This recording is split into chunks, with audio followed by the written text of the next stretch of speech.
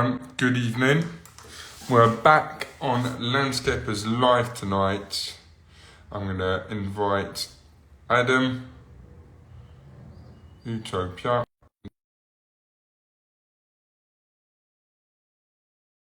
is trying to invite our guests, but hopefully tonight we won't have any problems. I'm good, how are you? Hey, how are you? You look well. So far, so good? Yeah, thank you. Well, I look tired. I mean, I look beautiful, but not as... That works perfectly with my little plug. So if you're feeling tired, I'm going with a cheeky sponsor. Oh, wow, Monster. I don't know if I can have a Monster this time at night, though. I'll be turning and tossing in my bed, wouldn't I? Yeah, good. Lucky for me, I had an today? office day because, yeah, it's just non-stop rain at the moment, isn't it? It's the new norm. Yeah, it's horrible. Like the rain, honestly, I've chatted with a few landscapers on social media about it. I had a guy on the phone as well yesterday asking me a question about the concrete worktop, and the weather's just been crippling. You know, like I don't know. I mean, you know, I just hope customers do appreciate it sometimes. You know what I mean? Because you have to push jobs back because of delays and stuff like that. It depends. It depends the project you're working on. So for me, it's quite nice. Mine are smaller than yours, but this is not to sort of paint a brush. But generally speaking, since COVID, a lot of people are starting to work from home now, and where they're at home, they're kind of watching, and they are getting a lot more appreciation of. Before it was a case of they leave in the morning, come back in the evening, they wouldn't see all the hard work that goes in. Whereas now they're at home. And oh wow, there's a lot of thought and there's a lot of effort that goes into this, which is nice for them. Yeah, no, it's true. It's true. I never really looked at it from that perspective, to be honest. But it's true. Now you say that, COVID, all our customers were watching it every day. Yeah. They were there. What I've really enjoyed, because I love asking questions and making tweaks, and actually when they're gone, you know, you're like, maybe you get a chance in the morning to see them, or in the evening. I prefer that. I prefer getting them involved. It's all the experience, and yeah, same. Yeah, exactly. Yeah. And as well in the summer when you can take your tops off, and you know, it's I'm not sure if we're going to get one this year. No, it's not looking like it is.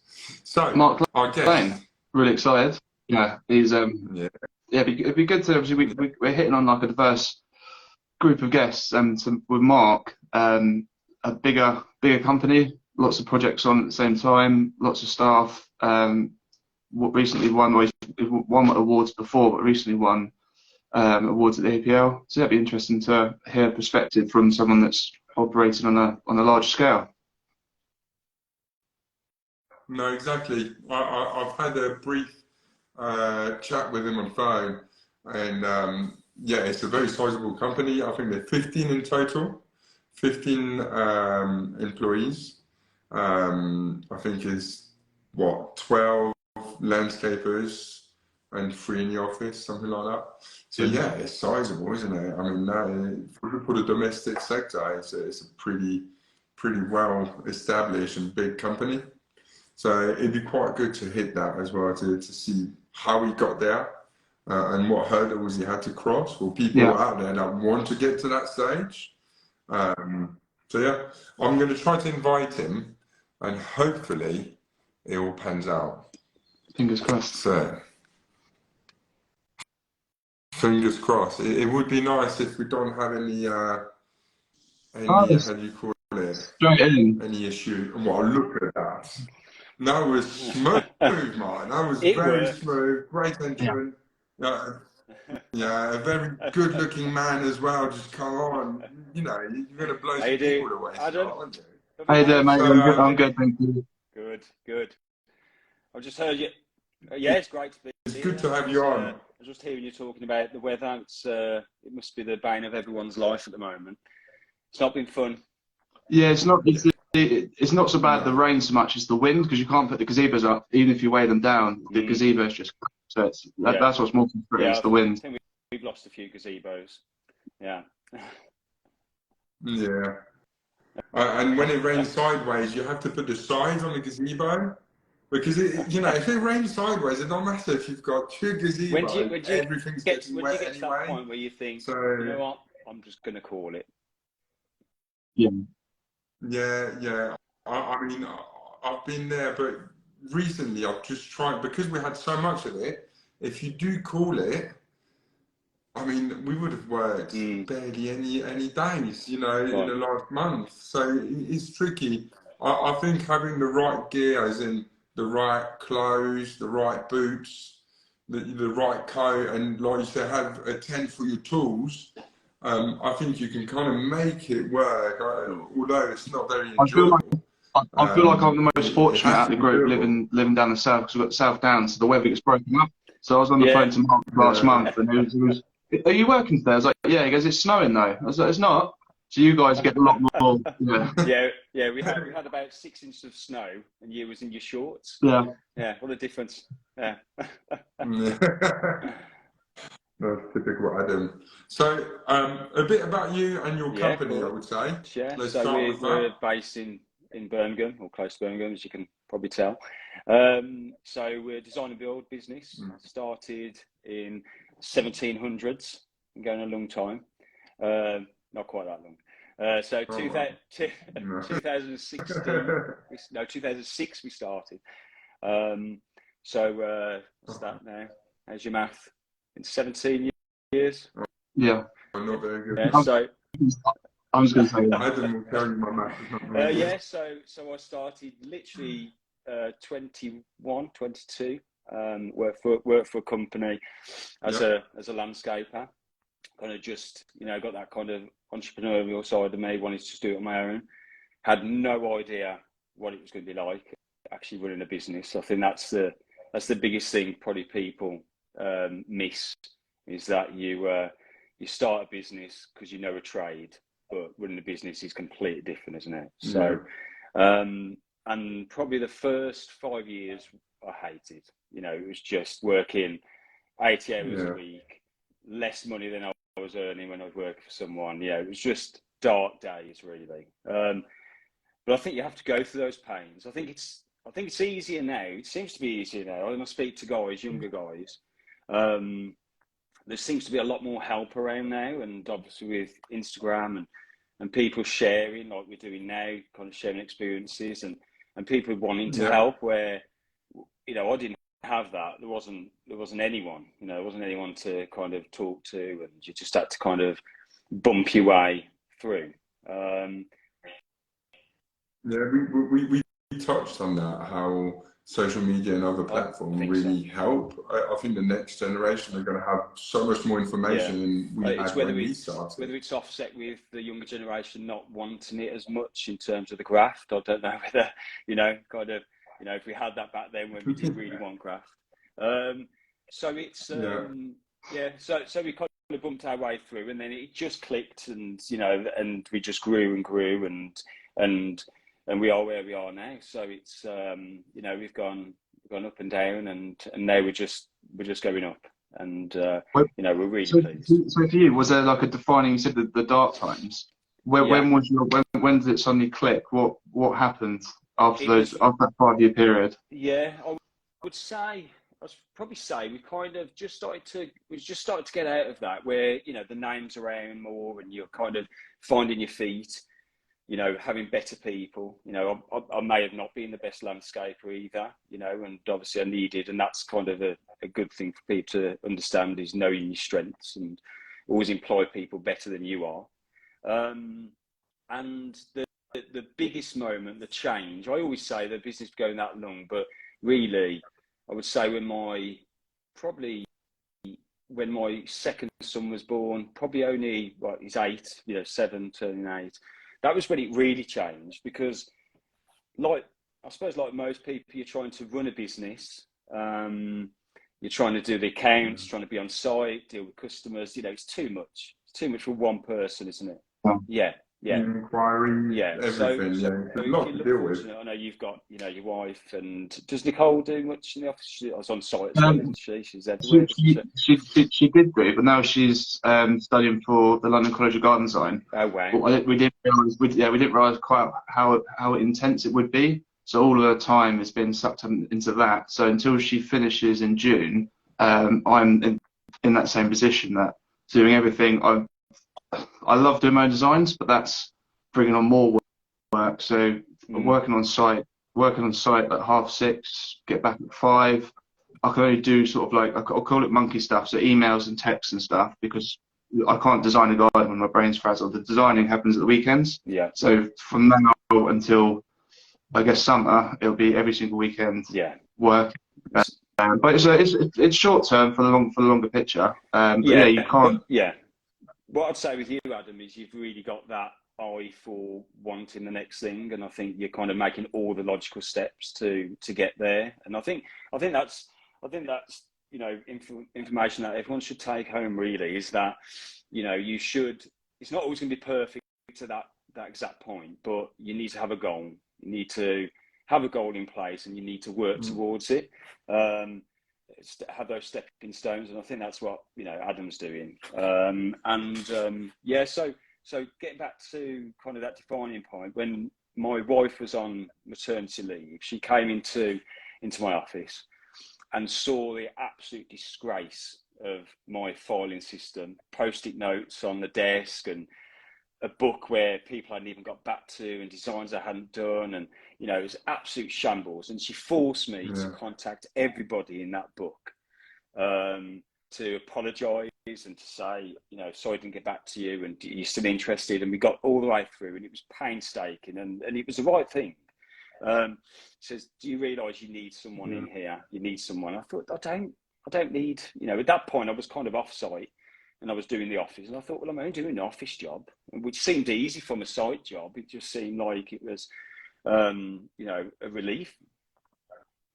So at that point, you dropped the tools already. I dropped the tools about 10 years ago, when I was talking to you earlier, when my first son was born, and I was working out. I had to work Saturdays because I couldn't get out of my head that I always thought people could only do weekends for appointments or evenings. You know, people wouldn't be able to do any other time.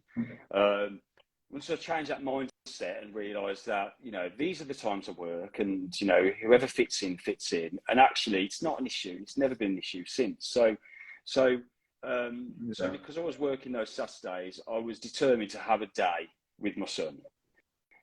So I had Tuesdays off, and I did that all the way through until my second son went to school, and that was our daddy day. And I love that. You know, that was just us. But as it started to get bigger, the business, I noticed on those Tuesdays I was starting to answer phones. I was starting to lose that point. So I just dropped weekends. You know, didn't do it, and I could spend the time with the kids and just do it in 9 to 5 hours, which I did, and I'm still doing now, and it works great. But obviously I can't do that if I'm on site. You need to be removed from site to be able to do that, of course. So that was a defined moment. So I needed someone in the office. I gave in. My niece came in, who was in a gap year at uni, and she did 2 days a week. That's all she was going to do. Within the first week, I needed her full time.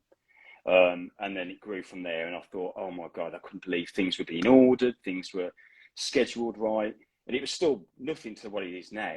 And we really took hold that, I suppose, the technology, you know, created a database. We really invested a lot of money, and still do, in technology, in how we control the process from the inquiry to the completion, you know, and that stood us in good stead.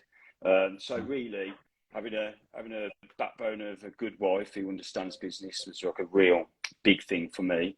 And I always never let her in at that point, you know, early years, because you're proud, aren't you? It's your business. You know, it's almost, you feel a bit of a failure. Probably most people on here has probably experienced that, where you have those days where you think, what am I doing wrong? You know, I'm working so hard. Why, you know, why haven't I made it? You know, but you've got to lean on people, and you've got to get good people in the business and let them help you, because you can't do it all on your own.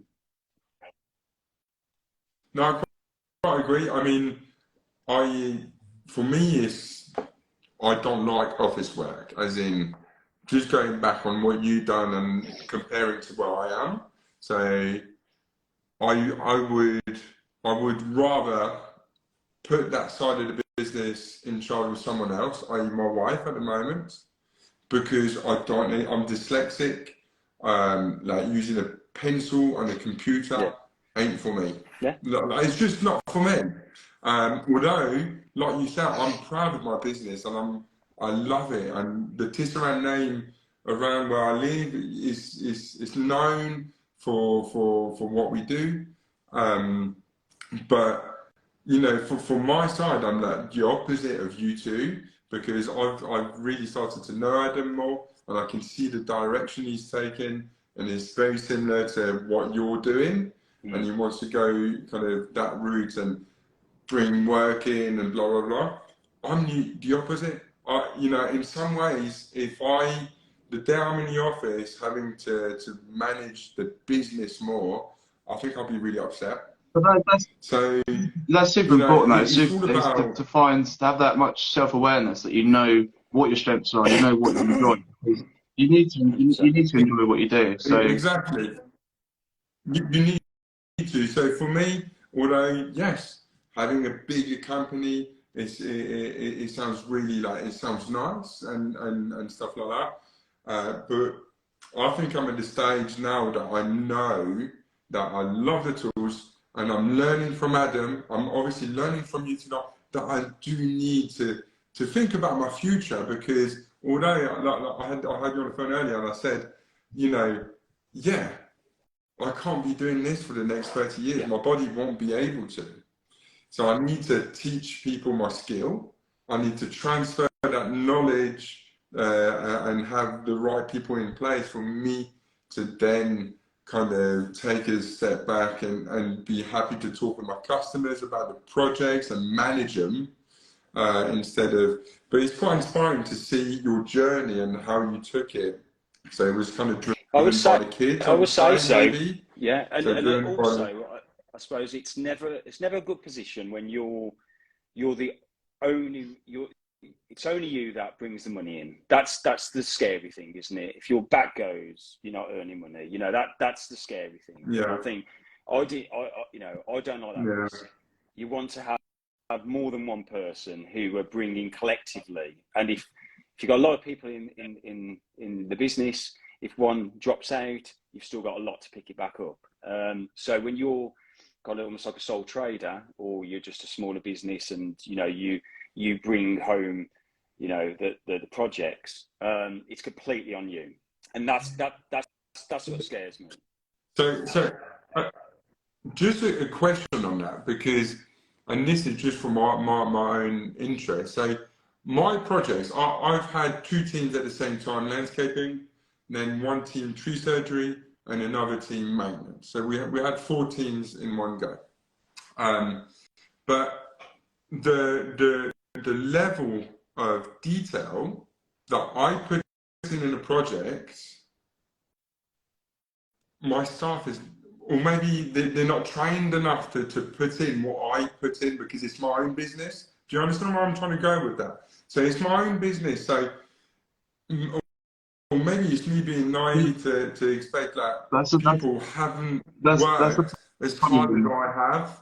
So how do you keep that level of detail running through your projects with other people running the projects? So I'm curious to know that, because I haven't seen it myself. The thing to think is, in a project, 80% is prep work, and then 20% is the finishing. So argument would say is, do you need to be there for 80% of that project, or just 20% of it? No. And this is where you get your time back. Yeah. So it's having, you know, people who can do great work on the groundwork, but when it comes to the finesse side, yeah, maybe you're stepping at that point.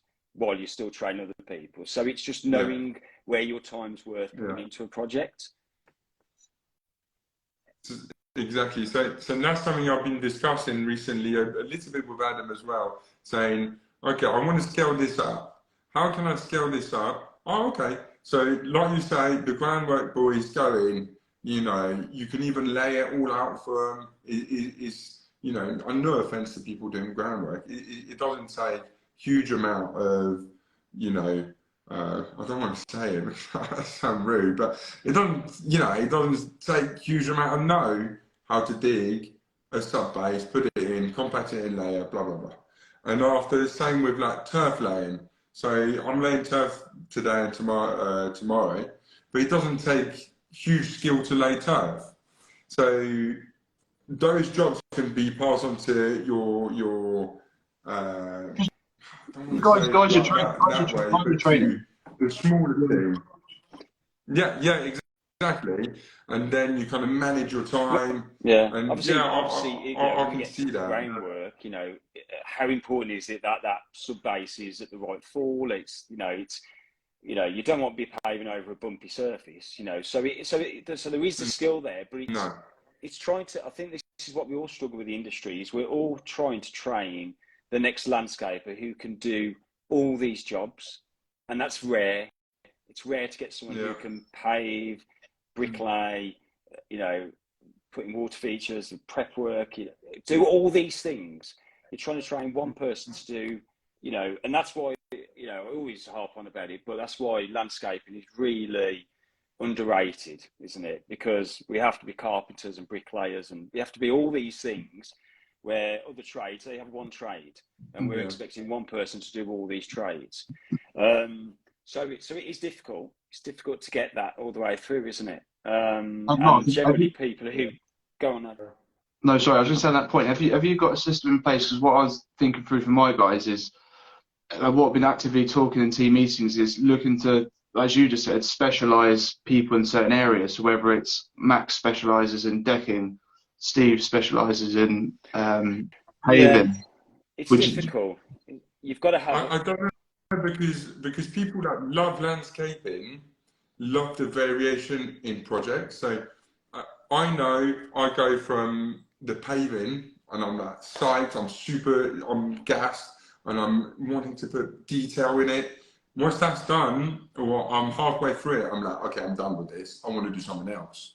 So the problem is with your staff retention, if they're always doing the same stuff, apart if they're in love with decking laying, or they're just in love with brickwork, or they're in love with this.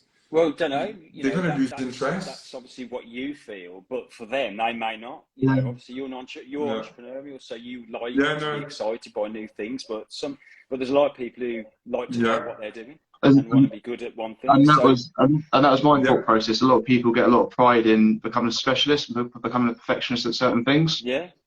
Originally in my head, I wanted a prep team, so I wouldn't call them a prep team, to go ahead, and then the finishers would go in. I think that's the polite way of saying the finishing team would then come in. But in my head, it'd always be cycling people. So it's not always the same people stuck on prep, and not always the same people stuck on finishing. Because if someone's off at the prep, and someone's off at the finish, it needs to be interchangeable to keep the days enjoyable. But yeah, I think Mark's right. You're thinking of it in that sort of mindset where some people do actually want to do lay poor all day. No, exactly. I mean, you got companies that, like, I got a company in my town called the Decking Company, and all they do is deckings. And yeah, you are probably right. Some people like to specialise. Some people like to be the best in one thing. So yeah, that could work, but it's just finding that. Is the plural deckings? Staff, I guess. The plural for deck, is it deckings? Deckings. I think so. I'm French, so excusez-moi, I'm sorry. But yeah, I just think, you know, having those team in place that will be able. Oh yeah. There is back. Hello. Oh, we're back. We're back. So having those people in place that are able to take some of the pressure off the people that have the skill. Yeah. Yeah, I was losing you for quite a What's bit that? then. Yeah, I think the deckings ruined it then. It just, the Okay. phone just went. I know. The phone's laughing, maybe. Yeah, so yeah, Adam, in terms of the having those teams that just do those specialised things, there is a company, I can't remember who they called, who do that, but I struggle with that because it's really hard to manage, because you might have a 3-week job, a 10-week job, you know, and there might be more prep on that one and a little bit of hard landscape. It's difficult. I think in the building trade it seems to work because you've got your plumbers and they all come in, but they've got lots of jobs going. You know, they might have 15 projects at one time, but that's a lot of stress to manage. And generally, obviously, that's why it all falls apart, I suppose, with the customer service, because, you know, they aren't available because they're doing another project. And it's, we're trying to start a project and finish a project, aren't we? That's what we try to do. So I think it doesn't quite work in that kind of having those dedicated people. So how do you run? How do you run your projects, if I may Standard. ask then? Say, Yes, how many people are... we run it very Pardon? standard, so it's the same people prepping and finishing, you know. And so we've got team leaders, and they've got their directs who work directly for them all the time, and they're just a group, a gang, and they just, from dig out to completion, they're on that project, and that's something which we introduced this year or the year before. Where we were switching people around because we thought we'd give variety, but actually we found out when we asked that actually people just wanted to know where they were going to be, who they're going to be with, and for that team leader to be able to train the people and get them in a way that they like to work, it's got to be that set team. So we just set the teams now. And how many people per team? How many people per team? 3 generally. So there's 3, sometimes flips into 4, Okay. but 3 is on the whole. Yeah, so 3 is your magic number. And how many jobs do you 3. run at once? Yeah, we're running 2. 3 We're jobs running at generally once. a big project, medium project, or maybe some smaller ones, and then we've got a team which is doing very small projects throughout them. So we won't. We're definitely not ready to take on 2 big projects at the same time, because that's just a lot of managing. And as you know, with big projects, the time, you know, think of it, how difficult is it to actually price up a big project and get those timings right and allow for rain, and it's almost impossible. So you know, the big projects you may run over, so you can't afford for 2 projects to be running over at the same time, unless you've got lots of bodies in. But then you're almost cost heavy then. So it's such a balancing act. Yeah, I do a lot of big projects because I enjoy the detail, but I do believe the money's like I'm worse off. Sometimes you are, yeah, because it's hard to price it incorrectly, isn't it? It's a high risk. It's a high risk when you're doing 20 grand to 30 grand gardens. It's hard to go wrong. It's really hard to go wrong. But on those big projects, even down to raw materials, is even with all the cushioning and all the wiggle room that we put in place, it's really hard. But, and here we go, and maybe I should take one from you guys. Maybe I run my business on what I enjoy too much, and not what I'm not driven by money. That's for sure, because the work is far too hard for me to be focused on the financial. I just enjoy those beautiful projects, how they look. I think I thrive on seeing it complete. Striking that balance between it becoming just a really enjoyable hobby and a business, isn't it? And that's to run a business, you've got to be profitable. You know, that's key, isn't it? You know, that's why we do it. People have got to be paid, and you've got to come away with something. And I think it is great. And I know there's a lot of guys out there who put so much detail into projects, which is great. And I think it's good kudos and it's great for you, but generally they're not profitable. And sometimes you can still do a really nice job, keep it simple, but just make sure everything's done perfectly. But you haven't got to be cutting, you know, ridiculous things in, and you'll come out more profitable. And it's just striking that balance. You've still got to enjoy it, of course, but you know, it's realizing sometimes I maybe only do a couple of those jobs a year to just fulfill me with that need to do something amazing, and then the rest of the year is cash builder. That's there to produce really lovely jobs with, you know, that are more simplistic, and I'm building the money in the bank, and I can afford to have a little bit of a gamble on a couple of projects because I've made the money. Yeah. No, it's a smart way to oversee it, so you're not losing the passion, because, you know, at the end of the day, you've got that security behind you. You've got all those jobs that run smoothly, and like you say, you can allow yourself a treat of something a bit more risky, but with a bit more detail and finesse. So yeah, I mean, I'm learning a lot already from you tonight, because, you know, I've gone up and down, and Adam and me have covered, you know, lots of business talk over the 6 podcasts we've done. And, you know, the things that I've noticed the most from Adam, let's say, is he's been going for such a short period of time. And where he is already is quite inspiring, because it took me years to be where I am. So I've probably done a lot of things a bit wrong, and less business-minded, and more born in a china shop, I would say. Because, I mean, we did everything. We still do tree surgery, we do maintenance and landscaping. And so I think for me, what I'm learning from tonight is having a clear goal. And your goal was to grow a big business where you can run what you like, as in design, and do the planting still, what I understand, and have your touch in the projects, but more managing and making sure all those projects are coming in. So my next question for you is, like, how do you ensure, being a company running 3 jobs to 2 jobs at a time, how do you ensure that influx of work coming in? I suppose, yeah, it's difficult, isn't it? You know, but we manage it. You know, I think if you've got a good name, that stands you in good stead. You know, we get a lot of inquiries. We have to vet a lot of inquiries, obviously, because they're not all for us, or we might not be for them. But I think if you do a good job, you know, you'll get work in there.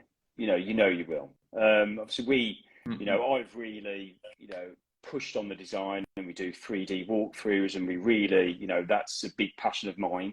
That's my indulgence, really, because I always wanted to be a designer. You know, that was my original scope. But I started as a landscaper, which I loved, and I built the trade up. And it was still me, you know, I think it's good that I'm a designer from a landscaper, because I understand the build. I understand the build. Understanding, yeah. I'm the best designer in the world. You know, designers are great for a reason, because they understand. You know, they understand the schemes very well, and you know, so I think there's a place for everyone. Design and build, contractors. You know, and I think we all play an important part. And I think, you know, we bring a lot. We bring all of our work in through me, really. You know, through my design. You know, that's what brings us to work. But it's not. But the reason they came to me is because my guys have built it amazingly. So it's a massive team effort, and we're all playing our little part in the business. So it's like, kind of, because it's a design and build, it's 2 marketing points, isn't it? Because you know, for me, my only marketing point is my build. So you know, that's an amazing kind of business motto, because, you know, designers bring their own work, builders bring their own work. You got both under one umbrella. There's that's really that cool. personal touch all the way through the experience as well. Just dealing with one person, it makes it really easy and seamless for the clients. It is good, but like I say, it works. You know, if a designer came to us and we built it, we would be exactly the same process. You know, I would still be there. You know, it would be, and you know, we we want to work with more designers. You know, we don't have to just design our own. There's some great designers locally. And I think the benefit of using a company like us, if they're design, is that we obviously understand design concept. We understand the reasons behind why they've built it in a certain way. We won't just say, oh, it's easier to do it this way, or, we can work with them, because me being a designer as well, the guys have to work with me and kind of say, well, this doesn't quite work. And, having that flexibility and be able to work with designers is really, really important. But yeah, I think locally to us, there isn't a huge amount of design and build companies. There might be contractors who maybe do a bit of design, but not, So, just want to hit on that, because I used to do my own design. No, and I can't call myself a designer at all. But obviously, as you grow your business, you do your own little projects. Let's call them like that. Your own little design, your own little tweaks, and I've done like loads of them. And now I had a meeting last night with a potential customer, and I am not interested in doing design anymore, like at all. Like, it used to be quite, it was a small project. I would say anything between 20 to 30 grand. And straight away, I passed our designer that we work closely with. So it's like having a designer in-house, but it's their own business. And, I showed them some of her drawings, because I had some on me, and her style and how she works. So not only I'm selling myself as a landscaper, but I'm selling the designer we work closely with. So because if those people have 20 to 30 grand, I know, and that's for a small garden, let's say, small project. I know the designer with that budget could do something with more refinement, with more, the plants are going to be betterly positioned, just a bit more finesse to the full project than what I would do. So I think, like we were talking in the beginning, it's knowing your skills and knowing to say, I'm not a designer, I want to be a great landscaper, I can't be everything. So passing that flame over to the designer, I totally agree. I think in the last 2 years, I've been enjoying it a lot more, and I'm not interested in making sketches and trying to explain my thought to the customer when people are qualified and well-trained and passionate as much as I am about building them. So I think that's been a really good, I think place to really being honest with yourself and just doing what you're great at is massively important. And obviously it's work for you, isn't it? Adam, are you designing still? Designing for yourself? So I was going to tag on to that. So I love it. Love put music on in the background and just sort of, I wouldn't class myself as a designer. I'm far from it, but I really enjoy that process. And for me, at the moment it's all very simple, but as you said, if you can do simple, perfect. That's what I'm trying to do. I'm trying to get all the guys to be able to do simple, perfect, and then we can move on to the next stage. Which just kind of ties into my question to you would be, with your show gardens and the gardens you put forward for the awards, at what stage were you kind of like, okay, I'm ready to do like Malvern, for example? Like when did you start entering the shows and stuff? Yeah, well, that was just Malvern was complete and utter shock. Really, we had no intention of building that year, and Alan Williams from Landform. Well, I think we just won. We did okay at last APLs, and they came over, and I think we got a couple of golds. And they needed someone to build, and it was like literally in 3 weeks' time. I'm a project manager there, and he's kind of my yin to my yang. He's the very shuts things down, and I'm like, yeah, let's go for everything. And so we work well as a balance. I was enticed by it. It seemed like a great project because it was the first OHS funded build. Joe Wiley was designing it as well, along with Alan Williams. So it was an opportunity I really couldn't turn away, but I built that myself, and I came back onto the tools to build that, and I had the guys come over and help me. Yeah, it was a hard experience, but it was worth it. You know, it was really, really fun, and to get the accolades and just be involved in it, I'd recommend to anyone.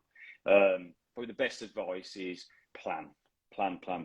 Don't do it so quickly. You know, make sure you give yourself plenty of time to get into a build, because you need to get your ducks in line, and you need to have the right people there. You know, and it's long days and everything else. And that was a big one. You know, it was a sort of, I think it was like 15 meters square, 15 meters by 15 meters. You know, it was huge. You know, absolutely. So I saw it in person. Me and Nicole were there. We didn't know each other at the time, but yeah, it was what he built was and that's incredible. And that's 11 days. 11 days you get to build that. You know, it's, you know, you could, yeah, you get 11 and then you get the planting in. So it literally is not enough time. You know, at all. You couldn't do that in real life. But obviously the build's different. No. You know, it's smoke and mirrors, really. You know, it's got to look good for 4 days. You know, it hasn't got to last for years. So there is, you know, it is easier to sort of build a show garden, but let's say easier. You don't have to put as much into it in terms of sub bases and that type of thing. You've just got to make sure it looks good.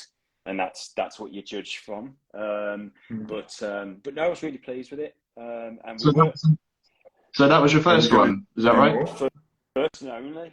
That was. Yeah, we were planning to do one ourselves this year in Birmingham. I think that would have been for us to design ourselves. But this year we've been, as you know, I'll talk to you a bit about Nick Woodall in a minute as well, about what he's done for the business, and obviously Adam's joined. But we've started on a new path this year. It's kind of a growth year. You know, this is kind of, you know, a lot of big things are happening in terms of internally and externally. So we really need to focus on that. So putting in a show garden is just not something we could really do this year.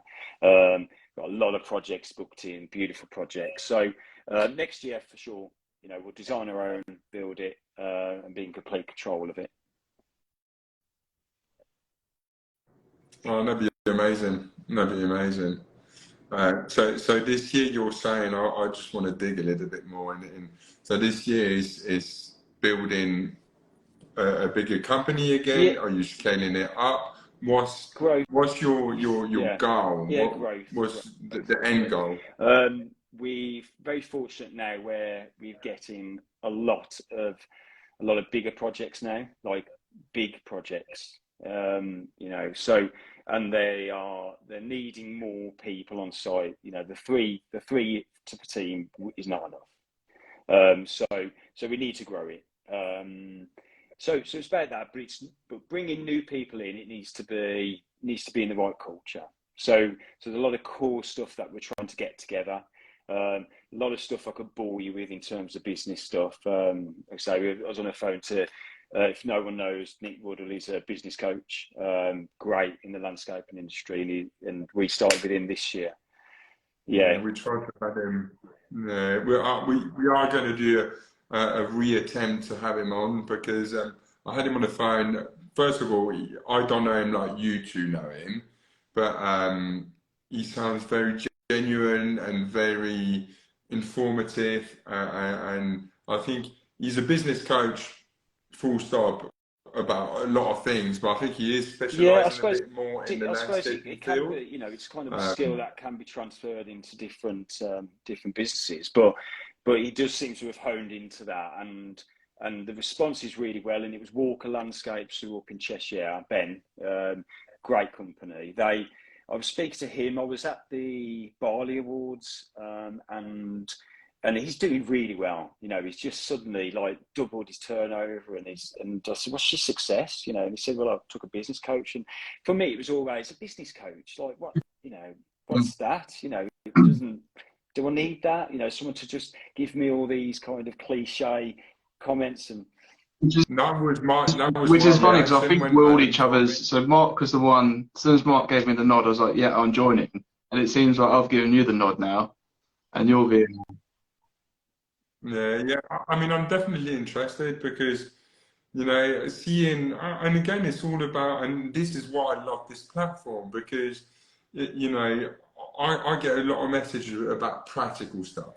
You know, I get people on the phone, how did you do this? I want to do something similar. And I'm so happy to help people. But it's nice for other companies like yourselves that are building great businesses and have high-end projects, you know, happening, and but gaining that knowledge from each other. I think I do love it because it's something I want to grow better because we've done a bit like what you were saying, Mark, up and down. So we go from everything's good, we're 10 of us, and you know, go, and then you know, I lose a couple guys, I get demotivated because I don't like running their mess, if you like, sometimes, and then I want to scale it back down, and I like the details. So it's quite interesting to talk about that But that's side of that's landscaping because yeah. I think a lot of people are in my shoes. A lot of people are running their businesses maybe less passionately and running the landscaping too passionately. So it's kind of finding that Be balance interested and to you hear know what, running. because Adam's literally just started. How have you found it so far? Me. I was just tagging on to what Els just said about it's all just about adapting, and you were spot on, Mark, knowing when to push and pull, and you know that this year is your growth year, so taking on things like show gardens and stuff like that is just not the right call. So it's knowing when to make the right call for the business, that you put your ego aside, and you know, in order to, we can come back to that, but this year let's just focus on Yeah, and down. yeah, because the thing is, you can get sidetracked, but the business got to be there forever. Yeah. This fleeting moment, which might be a bit exciting at the time, is there for a short time, but Yeah. how damaging could that be in the Yeah. long run? You know, so you need to. Yeah, I think in your mind, it's not about, you know, it's not about being the richest person in the world. It's not about, and for me, it's not about, you know, I'm not money driven, but I want a healthy business. Yeah. You know, I had those. I do agree. I'm not money Yeah, driven, but you want that safety. And actually, for you to enjoy your business and enjoy drawing or enjoy whatever you enjoy, having that safety to know that it's payday and everything's fine. Or, you know, it's the end of the quarter, the year quarter, the VAT, everything, and you don't have no stress there. So then it gives you that ability to On that focus point, on and this answers like, so when me and Mark met up with the APL Awards, he asked me a question about podcasts, and this sort of answers his question then, and his question just a moment ago was, the reason why I'm doing this is to help. I know that it's in my nature anyway to be empathetic and sort of help people, but I went through that, where were we, last year. I was so focused on giving the clients an experience. The clients got so much free stuff. It was getting out of hand. Had too many people on site. Wasn't paying attention to the numbers, and yeah, it almost went kaput. But I managed to, with some help. The Landscape Academy were great. I owe a lot to those guys in terms of support. But yeah, just my experience on that. It just goes to show that you need to be, as much as you love something and you're good at the work, you need to be so mindful of your numbers and make sure you're charging enough, not giving away too much free stuff. So yeah, now I'm, as Mark just said, I'm literally, we didn't know this about each other, but following the same sort of suit of, okay, let's do a couple of really cool, crazy stuff, and then let's keep the rest simple and clean. So the simple and clean looks good, and you make money, but then you're going to want to do some exciting stuff and some freebies here and there, but just not all the time. So it's knowing when to push and pull and make the right decisions. Yeah, I think we're all guilty. I think we're all a bit guilty of that. I know I am. You know, when I kind of, you know, I'll throw something into a project just because I know it would just give it that extra bit. But it's a battle I have to have with myself. Is it business minded? And if it's not, I've got to make the right call. Because at the end of the day, you know, you're already doing it. You're already providing your customer with a great project. You know, so you're already doing what you need to do. You don't, do you? You know, and if they do, they've got to pay for it. You know, if they want more to it, they've got to pay for that time, because, you know, at the end of the day, you're just giving free stuff away, aren't you? Really. And I know we all love it, and that's why we got into this business, isn't it? Because we're passionate about it, and we love what we do, and we get excited by it, and you know, and I can imagine all of our, you know, Instagram pages is just gardens after gardens after gardens, you know, and I think that's because we live and breathe it. But you've got to get to a point, and obviously, you know, I'm a bit older, and you know, you kind of get to a point where you are thinking, well, you know, this has got to go somewhere. There's got to be an end goal, and the end goal eventually for all of us, unfortunately, is retirement. And it's, you know, there's no point looking back thinking, oh, 30 years ago I did, you know, these amazing cuts and these amazing designs, but I'm penniless. You know, I've still got a mortgage, and you know, we've got to think of it as a business. And I think that's where Nick's helped me, I suppose, is I got to that point where we've hit we've got to where we are, but we've bounced off every post all the way. We've mistake after mistake, and we've got there, but we've slowly got there. But having just someone there to just point you in the right direction and say, yeah, that's a good idea, that's not a good idea, and just focus you. And then, you know, we have a meeting every 2 weeks, and then we have a planning meeting every quarter, and we've got a whole kind of task for ourselves where it's just focusing us on improving. And it's not, like I say, it's not just about profit, it's about building a sustainable business, and a business that is healthy, that your people are happy because it's a good business to work for, that your marketing's good, and there's like a million things that's involved in a business. And it's hard. You're not going to do it overnight, and we're certainly not. You know, and you know, we've kind of, you know, we're an older business, so we had a lot of things in place, but we've still got a long way to go. But that's the end goal of that, is to be where the business runs and I'm not even in it. You know, that's the kind of that's how far, you know, this will take you, where you can pick and choose, because you've got someone who's designing and quoting it and building it, and you've got everybody in place. You're not needed. And I know people kind of get worried about that. Well, I enjoy it. Well, you've got the freedom. You can go on every day if you want, but it doesn't impact the business whether you are or not. And that's the biggest thing. No, I agree, because you know, at the moment, sometimes I feel if I go on holiday, you know, is everything running smoothly? Or if I fall ill, suddenly you don't have that touch because I haven't got it in place. So no, I do. That's a very, very valid point. I mean, it's really important to have that business to be sustainable, even if you were to take a massive step back. It could be, you know, a life-changing event. It could be whatever, but having that business in place for you to do that is basically, you're creating a safety net. That's amazing. Again, that's great bit of information, because, you know, I think a lot of landscapers will be a little bit in my shoes, and hopefully a lot of them will watch back on tonight and learn that it's more than just getting the job done. So that's phase one of starting a business, but I feel like you need to move your phases to building a business as well. So I really, really enjoy it. I mean, the hour went really quick. Although I'm tired from the week's work already. I really super informative. I've really enjoyed it.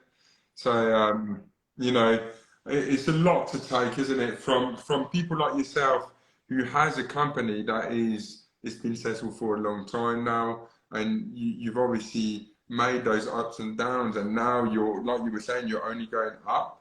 And those, the reason why, and this is just from my out view on what you've explained tonight, is you've put a lot of focus on the business side as well.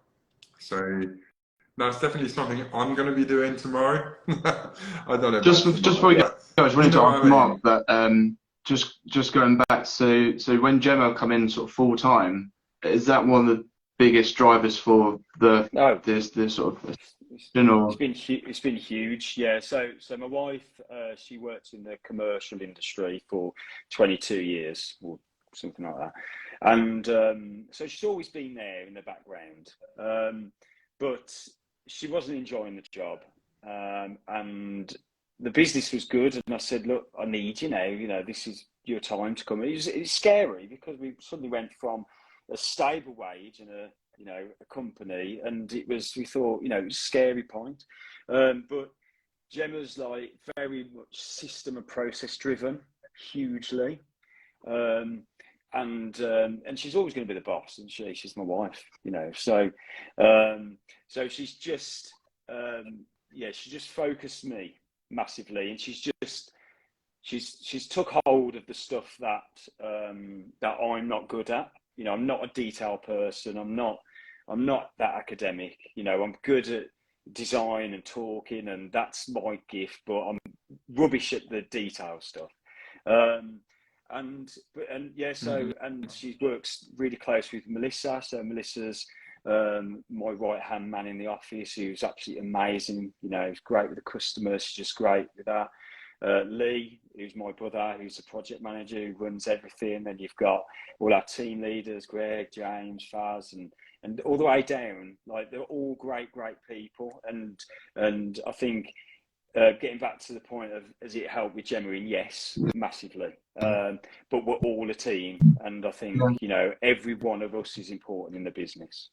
Yeah, no, it's just more for me picking on that point of, I guess, saying to other people, is that the husband and wife team.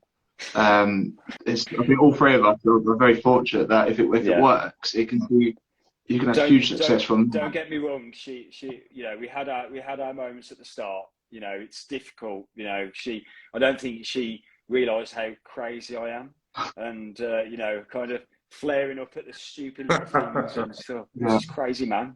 She only knows me outside of work, which is good because she's calmed me down about that and just took that pressure off me. And I think we all do, don't we? We've got that pressure on us, and one little thing goes wrong and it could be the end of the world, and I think that's where it's really helped. But yeah, it was a transition for both of us. She probably thought, what the hell have I got myself into? But it has, it now works beautifully. It really does. For us, it works with the clients, and Nicole comes out in the initial client meetings, and it just sometimes I go out on my own, but it's nice to bring Nicole, and it's just, you naturally gravitate. I talk to the husband, she talks to the wife, and it just makes, it's just the experience, you feel comfortable, and just that seems to work really well. Yeah, I think having a good, it's really important. You've got to have a solid rock with you. And obviously Gemma is that to me, she's my rock, and obviously Nicole is to you, and I guess your wife is to you as well. Yeah, Jess. Yeah, Jess, honestly, if it wasn't for Jess, I would have gone bankrupt about 10 times over and over and over, because she does. She's, like you say, she's a rock to, and she allows me to be creative, and she allows me to not worry so much about all the stuff that I'm not good at. So they do say behind every good man is but it's true, isn't it? Whatever the saying is, but it's so true. It's so true. And the one difficult thing for us was to leave work at work and not bring it into our home. So that was the only challenge that I would say. Working with your wife, it's like, you need to have that cut-off point, that when you're at home, it's the kids, it's you, it's the couple, it's the house, the garden at home, and that's about it. Because we had a moment where we ended up talking only about work, and that was healthy either. So I think you really need to find that balance, and once you've got that, it could be the best thing ever. Because I talk to my wife every day. I'm on the phone, order this, order that, and I love it. And she knows if I'm having a bad time. I know if she's having a bad time. Yeah, I think it works really well. But To end this conversation, I got a funny story I need to share with you guys. So Adam knows because I told him. So I'm at work on the bank holiday Monday, and he's piecing down, and I'm basically on a big project. If you follow my stories, we've been there for too long already. We had the weather, we had extras. I've got a job that we were meant to start on Monday. I'm pushed back another week, and I said, that's it, I can't keep on pushing back. I'm going to start the job on Monday. So I've been slamming it, trying to get it done. And so I'm building those cedar gates to match the fencing, because we did 2 big slats, 1 small slat. Anyway, I build the gate, I measure twice. This is me being decided. Measure twice, 3 times, yeah. Build the full gate, beautiful. All that cedar, so much detail. I start chiseling for the hinges, put the hinges on. Oh wow, stained steel hinges. Oh, it looks so good. I'm like, no, so the guy that works with me, all right, let's hang the bloody gate, yeah? It's getting 4 o'clock. Let's hang it, and we'll go to the pub or something. And he lifts the gate in position, and I look at the gate. So I step back, and I'm like, mate, it's too small. It's 10 centimeters too small. So I instead of doing it at 98.5 plus the 2 bearers either side, I did 89.5. Oh right. You know those moments. I wish I never bothered going to work on that day. But we all live and learn. And I'm gonna just redo it. Yeah. On that day, so if something like that happens to me, I call my wife, and she said, "Just come home." I was like, "No. If I go home and I would have left that to the side, this beautiful gate, but it's too small, I would have been very upset with myself." So I smashed it to pieces. I rebuilt it. I rebuilt it at the right side. There could have been the next project that needed an exactly 88 gate. Yeah. I know, but I didn't have the cedar. I didn't have enough cedar to just put that one to one side.